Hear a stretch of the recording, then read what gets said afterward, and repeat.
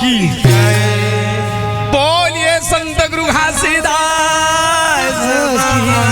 की जय। गिरौदपुरी माँ तुरही बाजे तुरही बाजे से पिता मरोड़ाइए चिलाए सोता में चौका पुकारे चाहे धन सातना कहारे हो ये मोरे संतो भाई हो धन सातना कहाइए नहाए सोता माँ चौका पूरा है धन सातना नाम कहा ये होता है साहेब की जय जय होता है साहेब की जय जय। बार बार सब फेमस बोलो बार बार सब फेमस बोलो सब नाम साहेब हो। श्रोता समाज हाँ सिरगढ़ चौका परिवार जिला गांव गांव में जाके घर घर में जाके चौका पूजा करा के जिला सदगुरु घासीदास बालकदास मन बताए हे बेटा या अगर सबके रास्ता में चलना है तो पहली तोला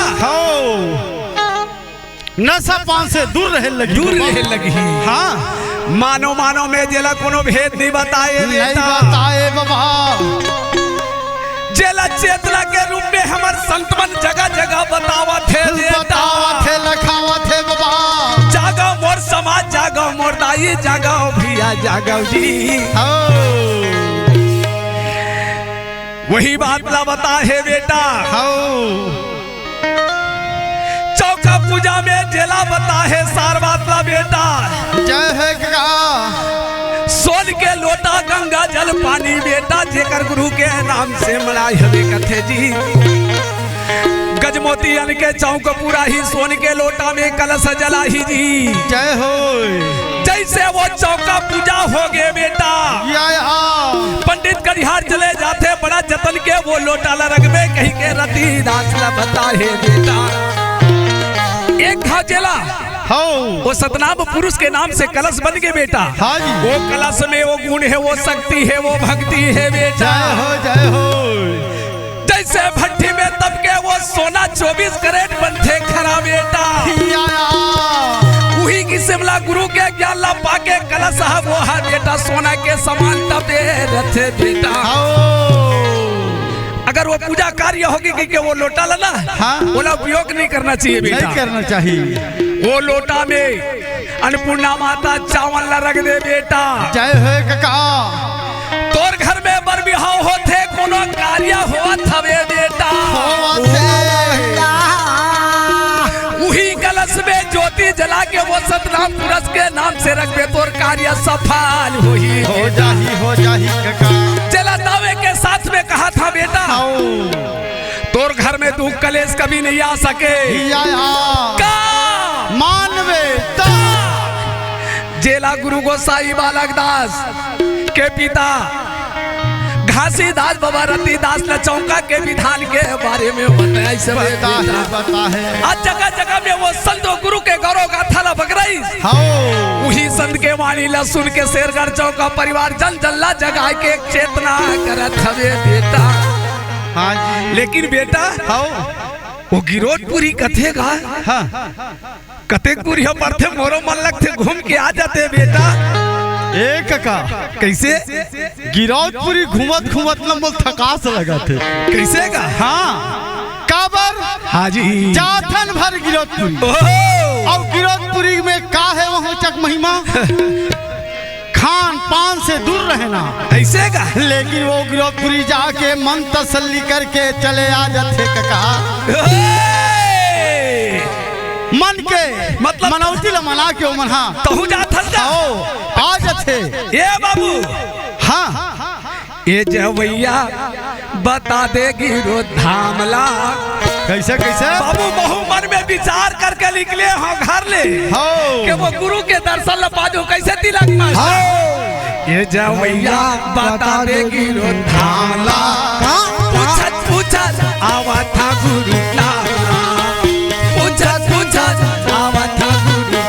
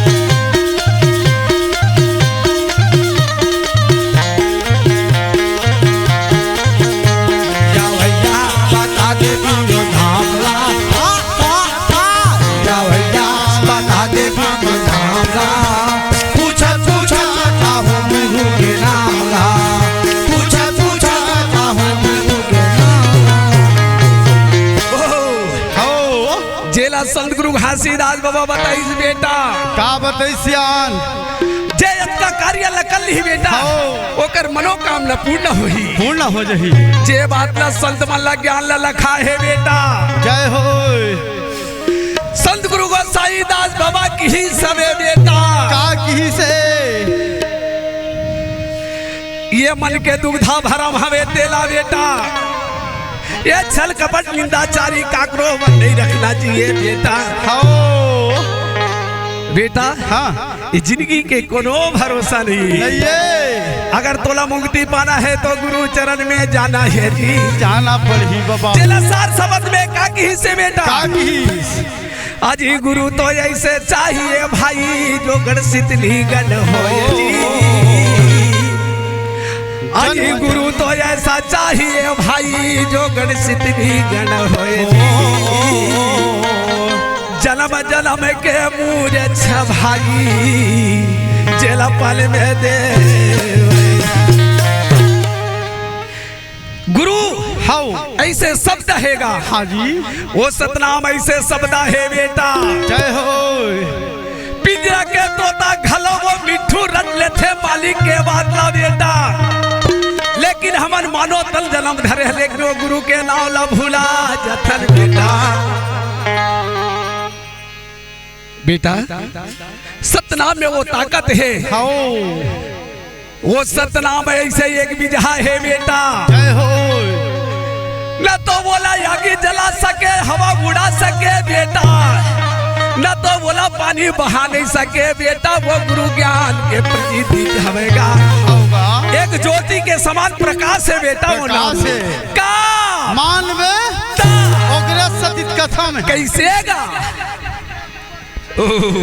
मजेदार ये बेटा ओए बिल्कुल सत्य वो आप लोग बोले बेटा ये नदिया हा गहरी है नाव है पुरानी हैगा हाउ ये भैया पानी भरे खाल है कब का हो जाही कोनो भरोसा नहीं है बेटा ओकरे सती कथा बा का कथेगा ये सतपुरुष ये गुरु घासी हे सतपुरुष ये गुरु घासी पैया लगत होगा मोर नैया डूबत मजेदार बाबा मौला पार लगा देगा नैया डूबत मजेदार बाबा मौला पार लगा देगा हे सतपुरुष हे सतपुरुष है गुरु घासी पैया लगा देगा मोर नैया डूबत मजेदार बाबा मौला पार लगा देगा मोर नैया डूबत मजेदार बाबा मौला पार लगा देगा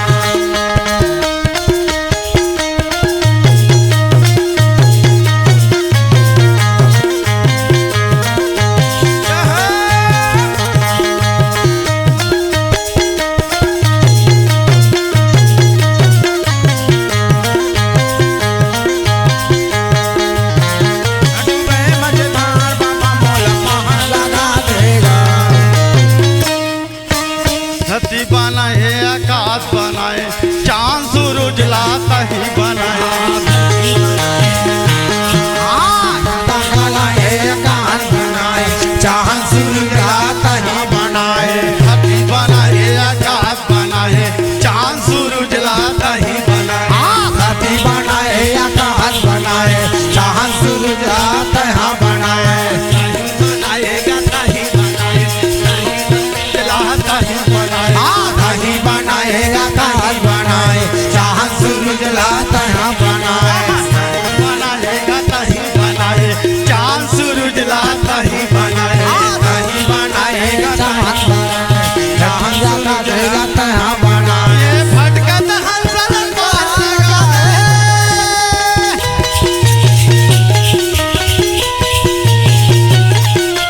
भटकत हंसल पार लगा दे पैया लगा मोर नैया डूबत मजेदार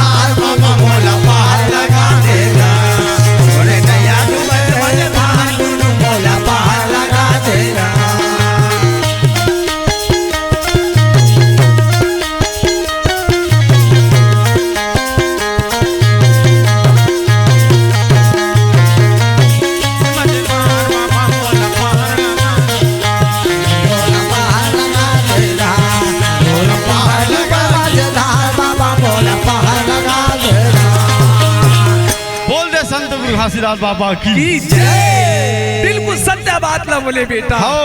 मोर नैया डुबत है पार गुरु मोला पार लगा देगा। सिर्फ गुरु ही है बेटा। जय हो।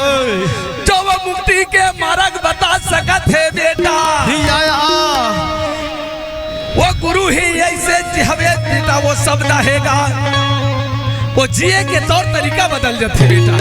कब वो गुरु के शरण में जावे तब यही बात ला वो संत मन बतावा थे बेटा। क्या बतावा थे? जागे बढ़े जाग जवा इतिहास गवाही आखिर खोल के देख ले वो बेटा। जेला संत मन आज बढ़ जात हवे काजी तो रहनी गहनी खानी औबानी जेला ते त्याग में। तब वो गुरु के जो समझ है तेरा चरण में जावे ओकरे सती में का कथा मास्टर ऐसे का बता दो। बता दे बेटा बता दे। सुनत सस के का? हाँ जी। अरे एक दिन उड़ जाही रे संगी। अरे एक दिन उड़ जाही ये दे ये कहा के पोसे रे मैना। एक दिन उड़ जाही रे पोसे रे मैना उड़ जाही। एक दिन उड़ जाही ये कहा के पोसे रे मैना उड़ जाही। एक दिन उड़ जाही रे भैया ये कहा के पोसे रे मैना उड़ जाही।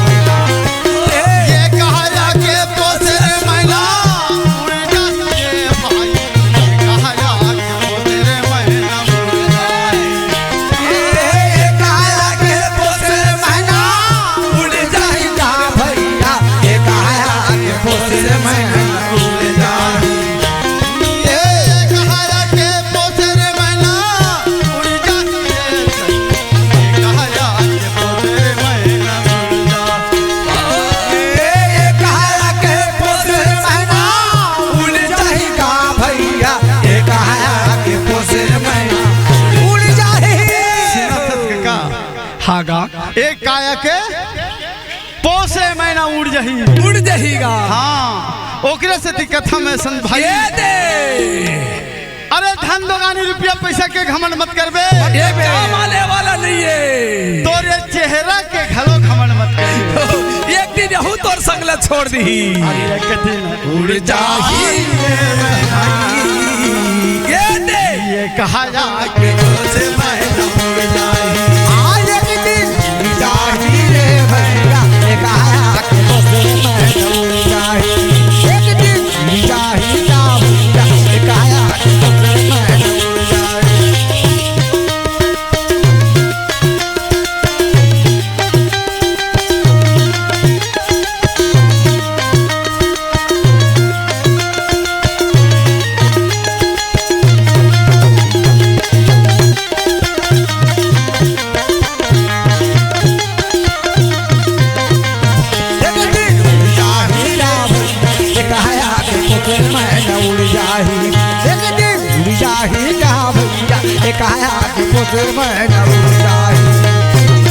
बोल दे संत गुरु घासीदास बाबा की जय।